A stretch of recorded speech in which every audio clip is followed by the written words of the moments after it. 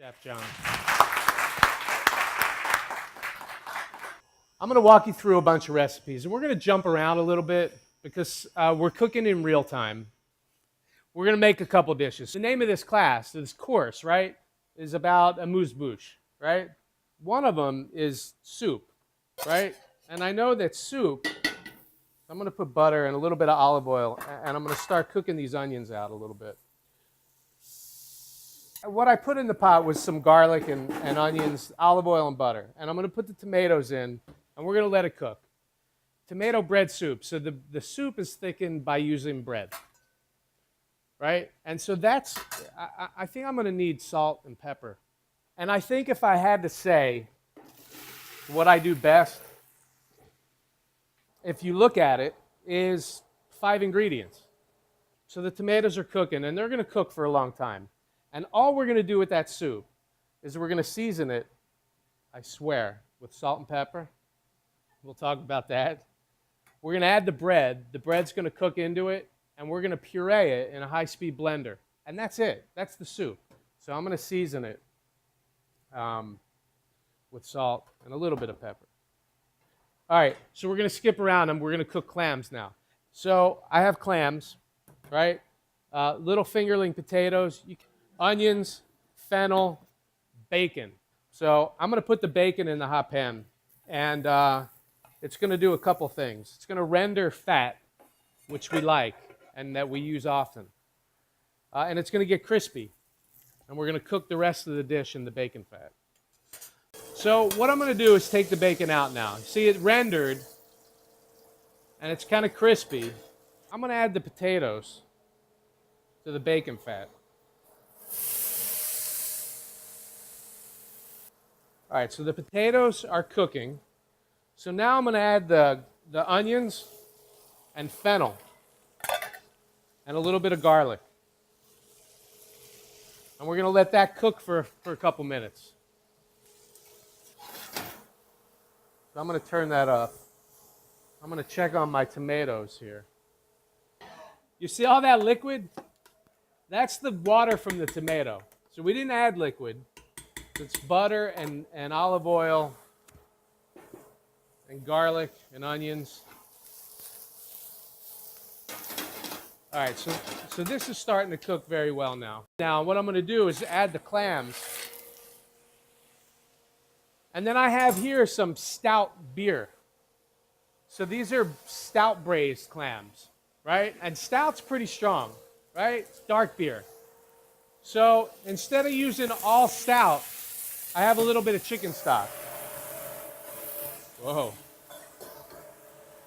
So what I'm going to do now is cover this. So these are Fennel Tops, right?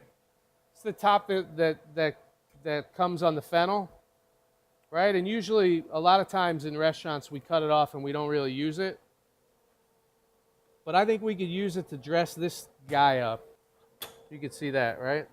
So I'll put the butter in. And you can see that the clam's open. And I'm just going to melt the butter in here. I'm going to bring this over here for this purpose. So I would put maybe 2 clams in there, right? I want to try to make sure I get a little piece of everything. So a little piece of potato, right? Right in there. A little bit of fennel and onions, right? Potato, fennel, and onion. Potato, fennel, and onion. And then a little bit of broth, right? And then a little piece of bacon on each one.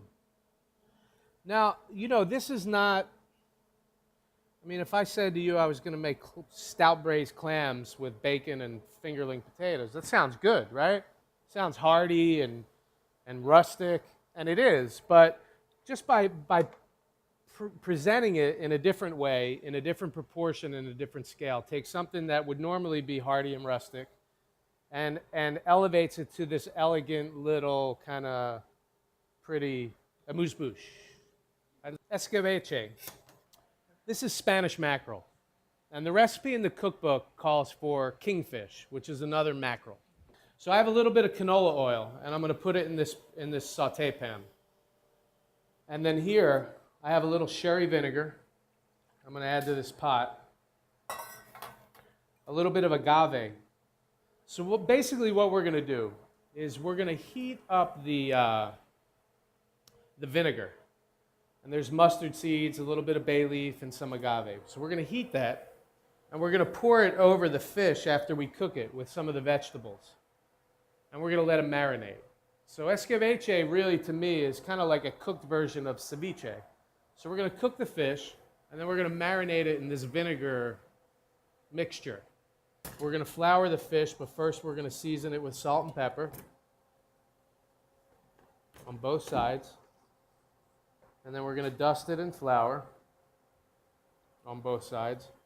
And you really want to get this excess off of here. Right? We're going to come over here and cook it.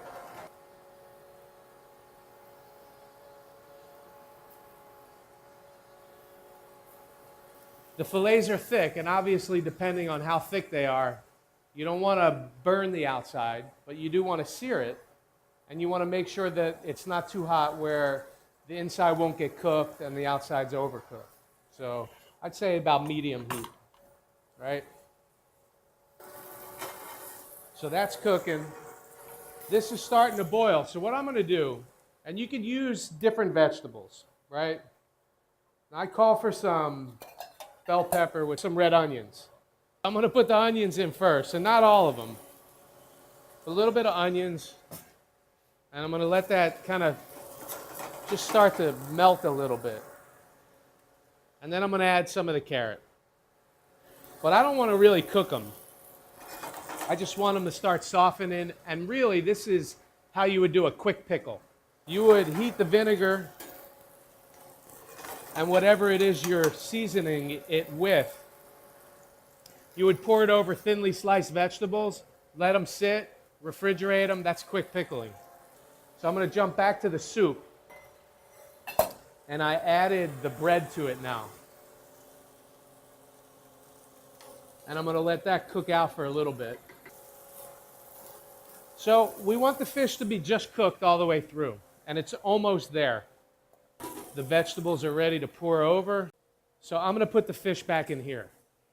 So why am I going to do that? I want the fish to be submerged in the vinegar, right?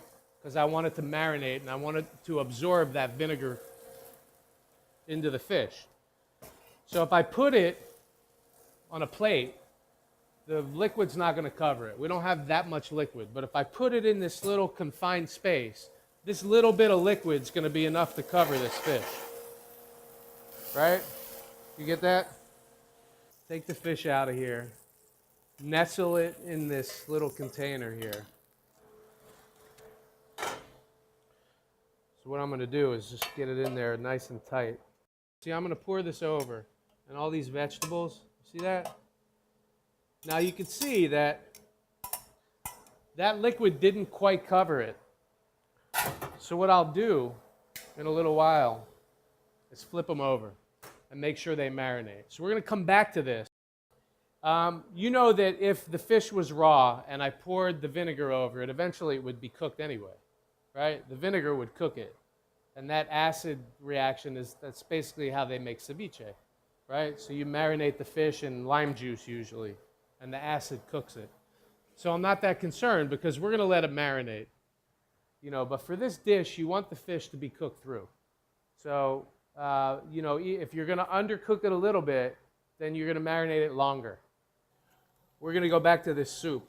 You could see, though, that there's a good amount of liquid here, right? These pieces of bread, see that? But you can see the tomato skins, right? We're going to puree the soup. So a lot of times when you make a soup, like if I was going to make a more, and it's funny, if I was going to make a more rustic soup, I would take the time to blanch and peel the tomatoes because I wouldn't puree it.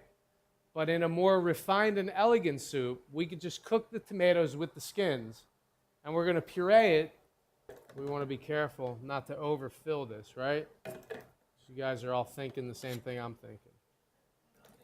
Top on, and I always like to cover it with a towel also, just to be safe. And then I want to look and make sure some of these are variable speed, so you can turn them high and low.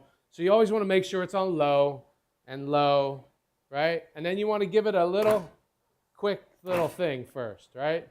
And then we're going to let it ride. So it didn't blow up. So what it's done, besides pureeing it, is kind of incorporated some air into it, right? Does that make sense? Try to get this in the sweet spot. So you can see. Can you see how smooth that is? Look at the color too. Look at the color compared to the color of the tomatoes, right? Can you guys see that, right? You can't spill on rims when you're doing a amuse-bouche. A little grilled cheese sandwich is going to elevate this soup, right? What I would do, see, this is great. We're going to make a grilled cheese sandwich. This is a grilled cheese sandwich, right? I would cut this bread down a little bit. Fontina cheese.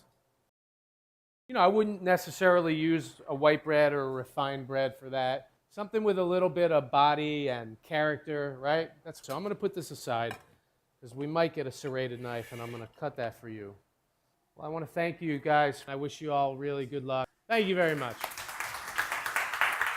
This program is brought to you by Miami Culinary Institute at Miami-Dade College. For more information about the schools and the culinarium program, please visit www.miamidadeculinary.com or call 305-237-3276.